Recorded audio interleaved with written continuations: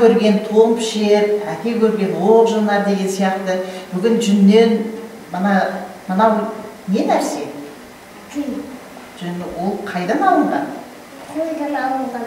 Қойды қырқып, соның жүні алынған. Енді осыны қалайса түтіп, қалай жіп қылуды бүгін саған үйретем, көрсетемін. Мынау, мә, көрсейді.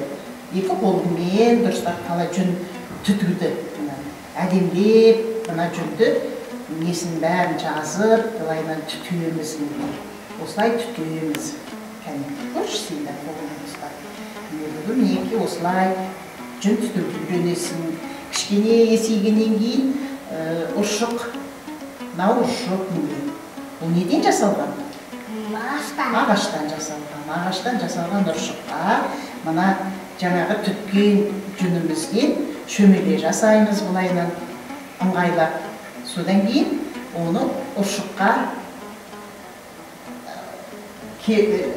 байлап, ұршықты бұлай айналдырып, жүн ере бастаймыз.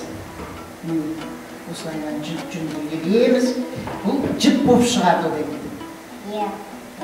Ұршығым шырт көбірек айналып, беліне жіп тола байланып деп қазақтар сөйтіп әндетіп отырып, ұршыққа жүнімізді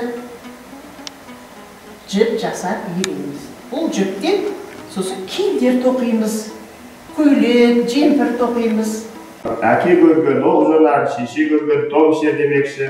Мен саған балам қамшы өрді үйретейін деп жатыр.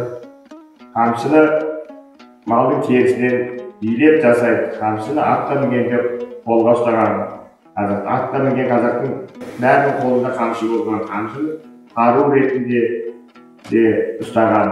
Сан ретінде төгіліп қойған қазақтардың құдайырымы болған. Бұл қамшыны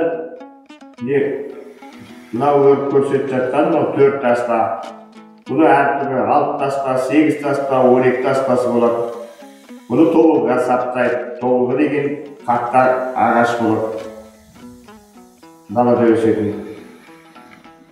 Оны әдемдеп өріп саптап ұстаған қазақтар. Қазіргі заманда да қамшы ұстайтын, атқа мінгеннің бәрі ұстайтын құрал. Ал енді мынаны бар ғой, өріп менен үйреніп әжем. Ол 4 таспа, өріп әжем майы. Мына жағын лай. Бұланы бұлай қаратып сал. Енді мынаны бұлай қаратып. 3 тас көресің болсын. Несін 3 тас көресің? Бұл сол сияқты. Бірін апсай ма? Өр. Қолын жаттыға көріп үйретсең өріп. Өр ол. Мына өріп. Бұл қансын атқа мінем. Атқа мінгенде ұстайсың мен көріп. Несін бұлай қарай. Мына жағын ұстап. Өріп. Енді қолын жаттып қалып сеніп. Атарда да қалған мұра бұны дәріптер ұрпаққа үйрету біздің парызымыз. Сол үшін деп балаларын білгені жөн деп ойлаймын.